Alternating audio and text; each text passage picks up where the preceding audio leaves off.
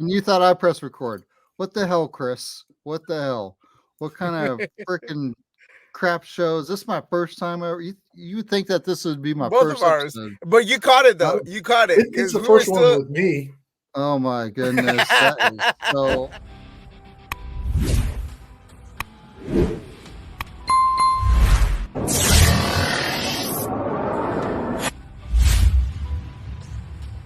Return to Roots podcast. Welcome to the show. Today we bring you James Bauer, the veteran friend. He is going to talk about his transition and many transitions that he's had, and he's going to share the wealth of knowledge throughout all of them.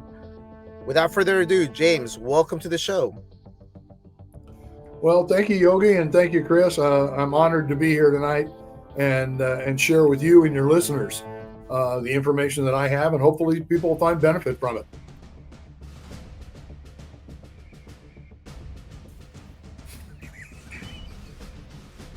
Yeah, brother. Thanks for coming out here, hanging out with the tribe today. You know, I've been having some technical difficulties with my mic, and for all the listeners that are out there, you guys are going to hear this on the thing. This isn't going to be cut.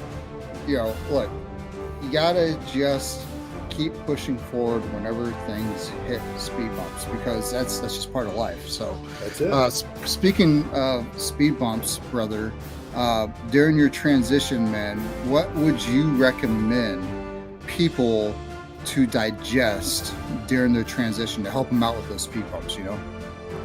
Well, a couple of things. I'm going to approach this from two different aspects. One is I'm getting ready to transition out of the military. Things are going to change. We've had a structure, when we were in the service, we had a structured life. For a lot of people, it was all day long, even sometimes at night. I recommend people look at what they want to do. What do they enjoy doing? What's their passion?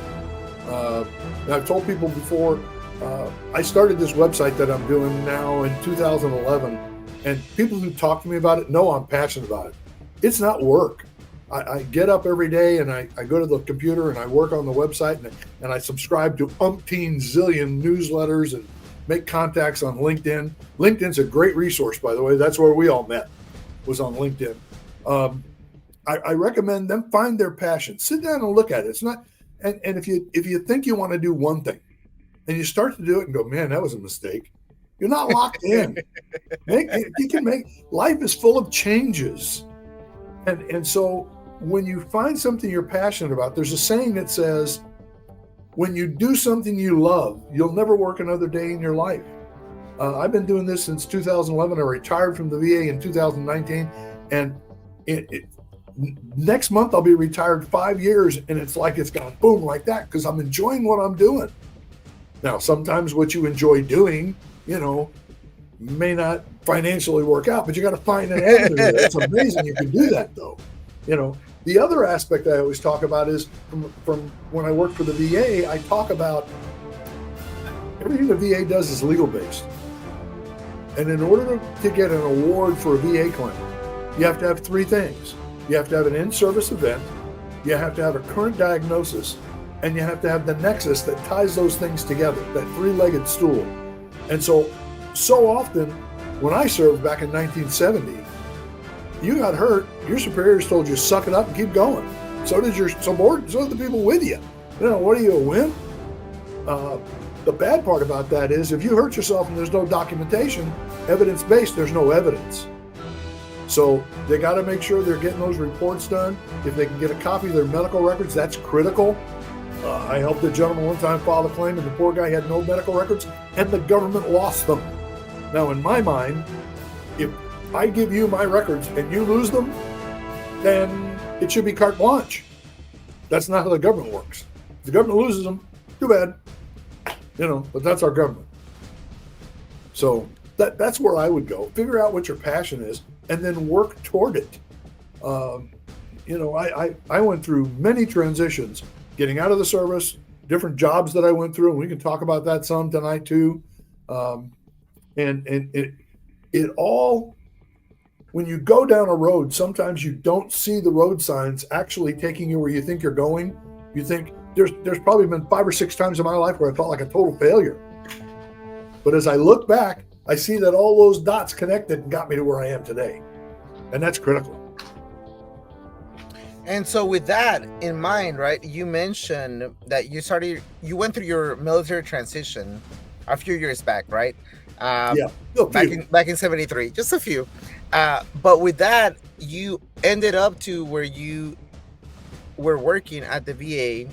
You saw a lot of records going through, Mhm. and you have a lot of experience, especially with your website that you've been doing.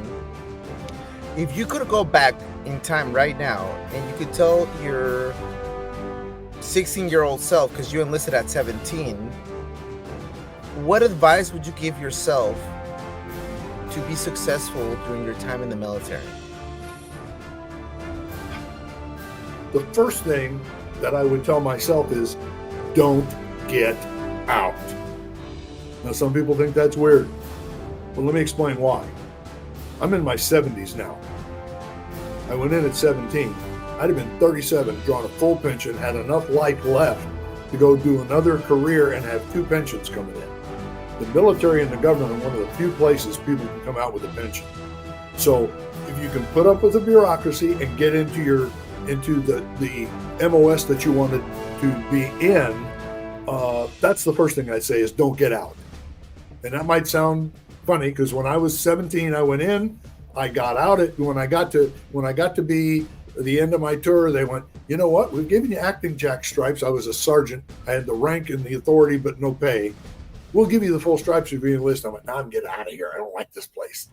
I just stayed in. I meet people that are retired or med boarded out, and I get mad. I jokingly get mad at them because if I was like them and stayed in, I'd have that I'd have that pension.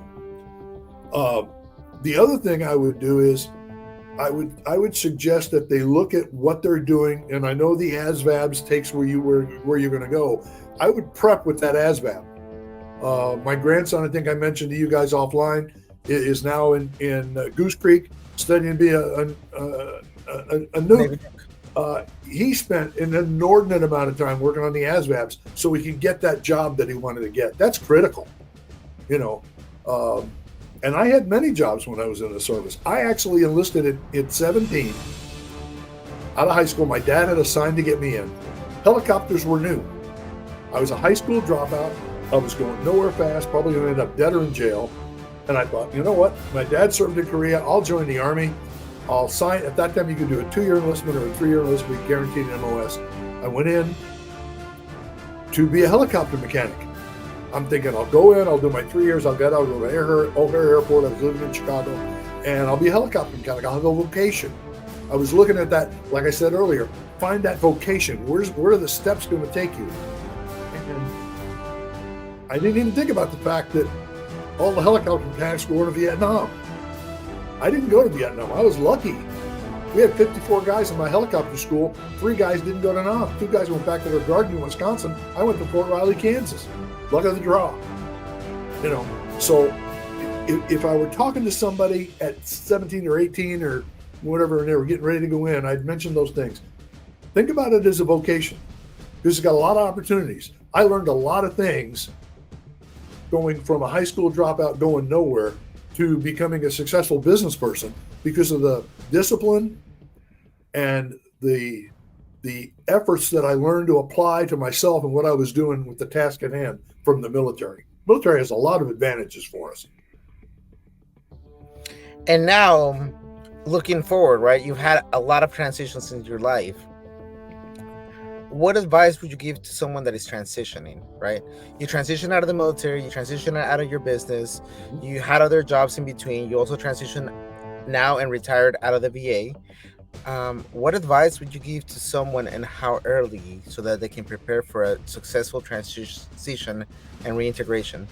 Great question, Yogi.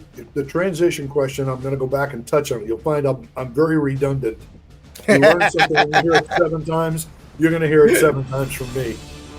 Make sure you got your P's and Q's lined out for your VA claims. Figure out what did you do in the military that will allow you to use those skills in a future vocation. All right? And so, you know, a lot of people say, well, I was 11 Bravo, you know, what can I do? Well, you can be a policeman, you can be a security guard. There's a lot of things that will apply. You can also take the information that you have and apply it. I remember very distinctly one time I had a good friend. He wasn't military. This guy was a bartender, and he was trying to work on a resume. And so I sat down with him and I said, okay, so what did you do? And when we wrote his resume up, one of the lines I remember very distinctly, this is many, many years ago, was that he was responsible for the procurement of all the necessary items to conduct business on a regular basis. That sounded impressive. He was ordering the booze. Okay. When I mentioned to you guys too, I transitioned through a lot of different things in life. One of the things I tell people is this: is think about when you want people to look at your resume as you're going out to apply for jobs in that transition situation. We've all read newspapers. What's the one thing, Yogi, that catches our eye when we're going to read an article? Pictures. Pictures in the headline. So when I did a resume, after I'd been in the sales business, I didn't put my name and stuff. I put it on it, but above that, I put award-winning salesman seeks position. So you can take that information, okay? Recipient of many military awards, looking for a new vocation, something like that. And I'm just talking off the top of my head. So those are some things people can do. LinkedIn, we talked about that earlier, is a great resource, but you got to work it, you know. And the other thing is, when people are out and they're starting to look for jobs, they have to sling mud. It takes an effort.